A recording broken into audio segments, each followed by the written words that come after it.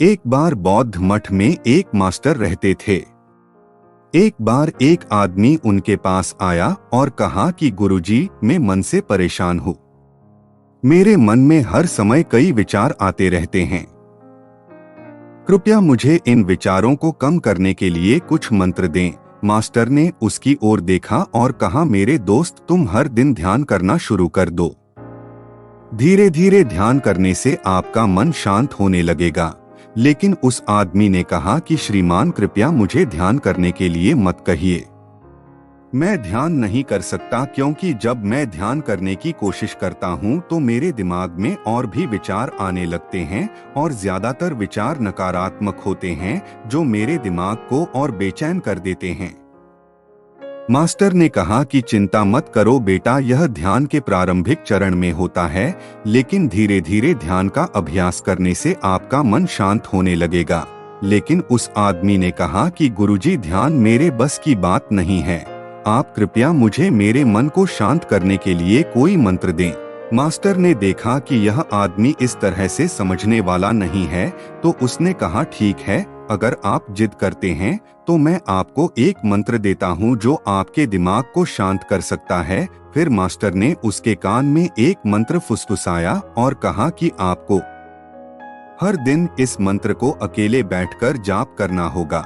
वह आदमी बहुत खुश हुआ और बोला, धन्यवाद गुरुजी, मैं इस मंत्र का प्रतिदिन जाप अवश्य करूंगा। जैसे ही वह जाने के लिए वापस मुड़ने वाला था, मास्टर ने कहा, लेकिन एक बात याद रखें कि इस मंत्र का जाप करते समय बंदर के बारे में न सोचें, अन्यथा मंत्र अप्रभावी हो जाएगा।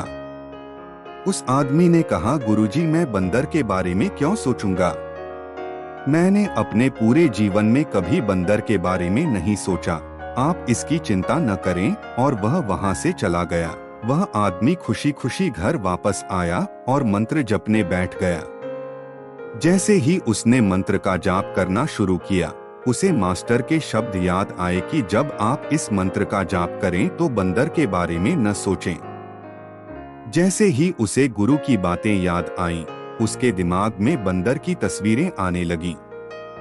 वह बंदर के विचारों को नजरअंदाज करने की कोशिश करने लगा, लेकिन जितना ही उसने बंदरों को नजरअंदाज करने की कोशिश की, उतने ही उसके दिमाग में बंदर आने लगे और कुछ समय बाद उसका दिमाग बंदरों से भर गया। उस आदमी ने सोचा कि ज़ेन मास्टर ने मुझे यह निर्देश क्यों दिया?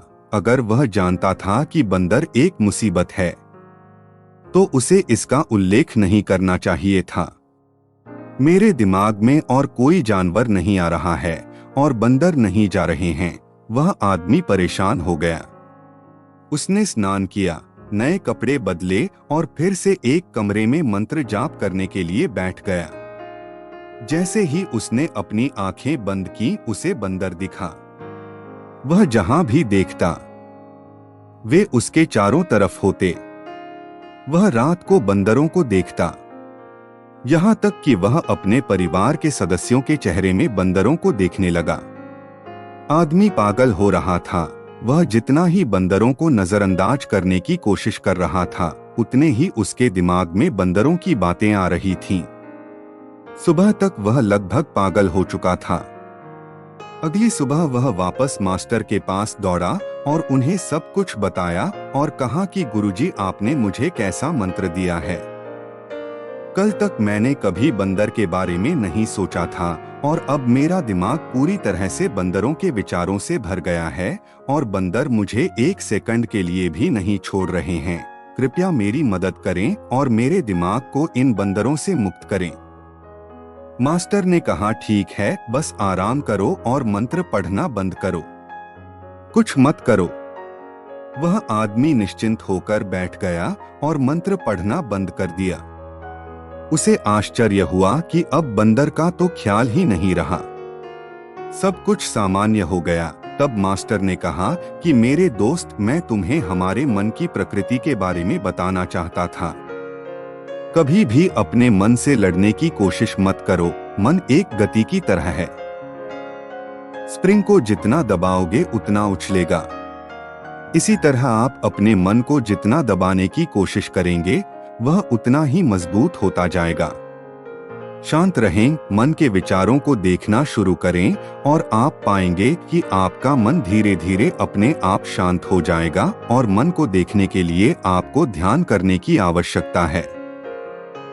अगर हम अपने जीवन में देखें तो पाएंगे कि हमारा मन एक बंदर की तरह है जो हर समय बेमतलब इधर उधर उछलता कूदता रहता है। यदि आप इस बंदर मन को बलपूर्वक रोकना चाहते हैं तो आप ऐसा नहीं कर पाएंगे। जैसे जितना अधिक आप उसके स्प्रिंग को दबाने की कोशिश करेंगे उतना ही वह उछलेगा। इसी प्रकार आप जितना अपने मन के विचारों को रोकने की कोशिश करेंगे वे विचार उतने ही अधिक बढ़ते जाएंगे। विशेषज्ञ कहते हैं कि एक इंसान का दिमाग एक दिन में 36,000 से 80,000 के बीच विचार पैदा करता है। अगर आप इन विचारों को जबरदस्ती रोकने की कोशिश करेंगे तो आप उन्हें रोक नहीं पाएंगे। इसके बजाय इसे रोकने का हर प्रयास इसे ऊर्जा देता है। इससे बचने का हर प्रयास ध्यान बन जाता है।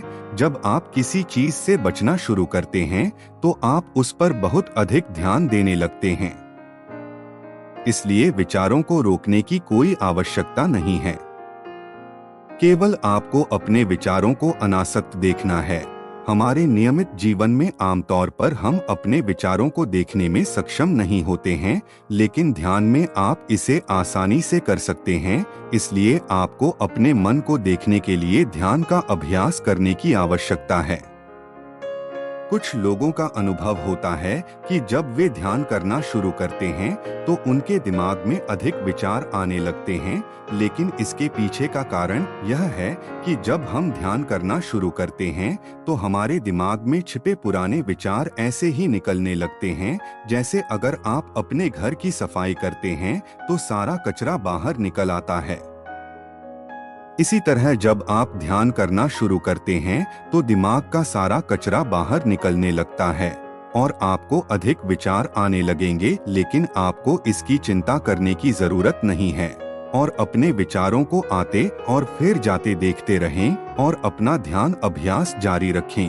धीरे धीरे मन का सारा कचरा बाहर निकल जाएगा तो मन अपने आप शांत होने लगेगा और आपको कम विचार आने लगेंगे और लंबे अभ्यास से आप निश्चय ही अपने मन को वश में कर पाएंगे। पूरी कहानी सुनने के लिए आपका बहुत बहुत धन्यवाद। अगर आपको कहानी अच्छी लगे तो मेरे चैनल को सब्सक्राइब करना ना भूले और कहानी को लाइक और शेयर भी करें। धन्यवाद।